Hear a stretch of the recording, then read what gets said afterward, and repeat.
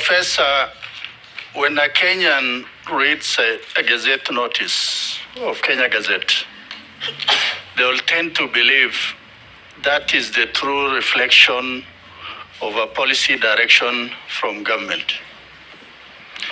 In March this year, you closed the Illo gold mine in Moyale, that it will be closed for 30 days following the skirmishes that had taken place. But since then, over 30 lives have been lost, including that of security officers. That particular area has turned out to be a black market for mineral entrepreneurs, and the citizenry have generally lost faith in government and also in the security agency. My question to you, if the House approves your nomination, what is it that you are likely to do to reaffirm the community's faith in that the government does what it says it will do, and also that the security of that area, because Dabel has the inhabitants community, that the security is restored. Secondly, Honorable Speaker, those of us who come from the border areas, we have very porous borders. There's influx of arms, contraband, drugs, and also illegal immigrants. But what we are experiencing also is so many roadblocks and checkpoints. Some actually are rent seekers as opposed to for purposes of security.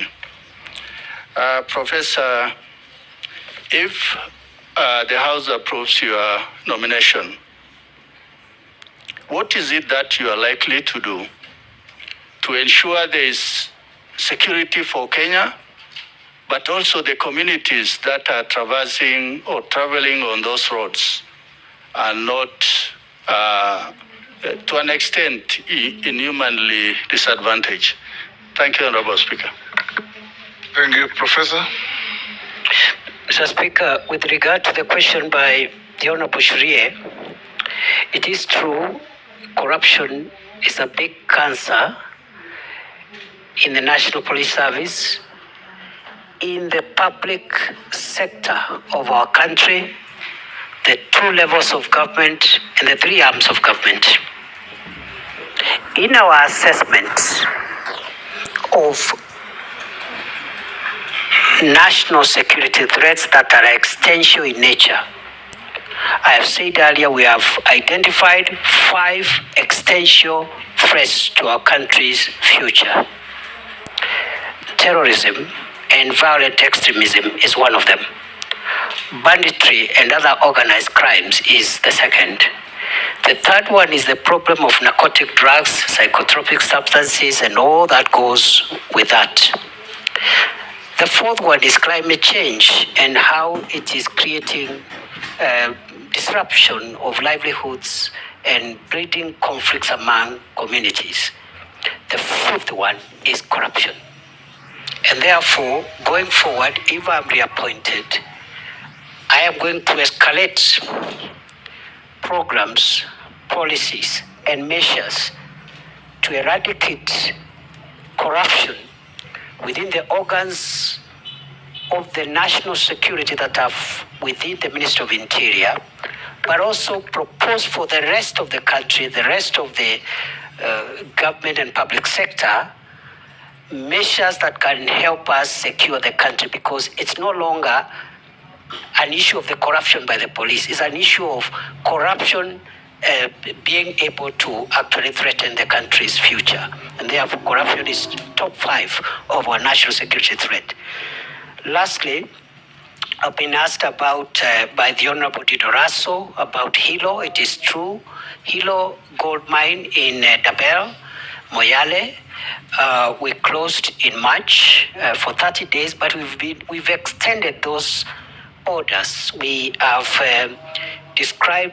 identified that area as a disturbed area because we lost some people there who were fighting over mineral rights, mainly illegal miners who had come, even some of them from other countries. So we closed it on security considerations. We are in talks with the Ministry of Mining to see how an orderly resumption of mining activities can happen. I was there physically in June. I was planning to go back in July before this happened.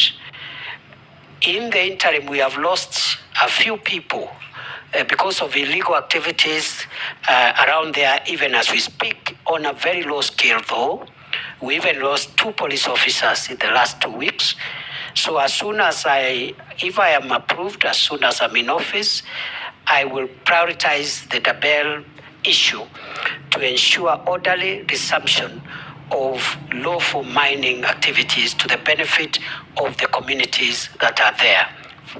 With regard to borders, the multi-agency roadblocks we have, especially the one in Archer's Post, the one in Mombasa, the Garsen-Malindi Highway,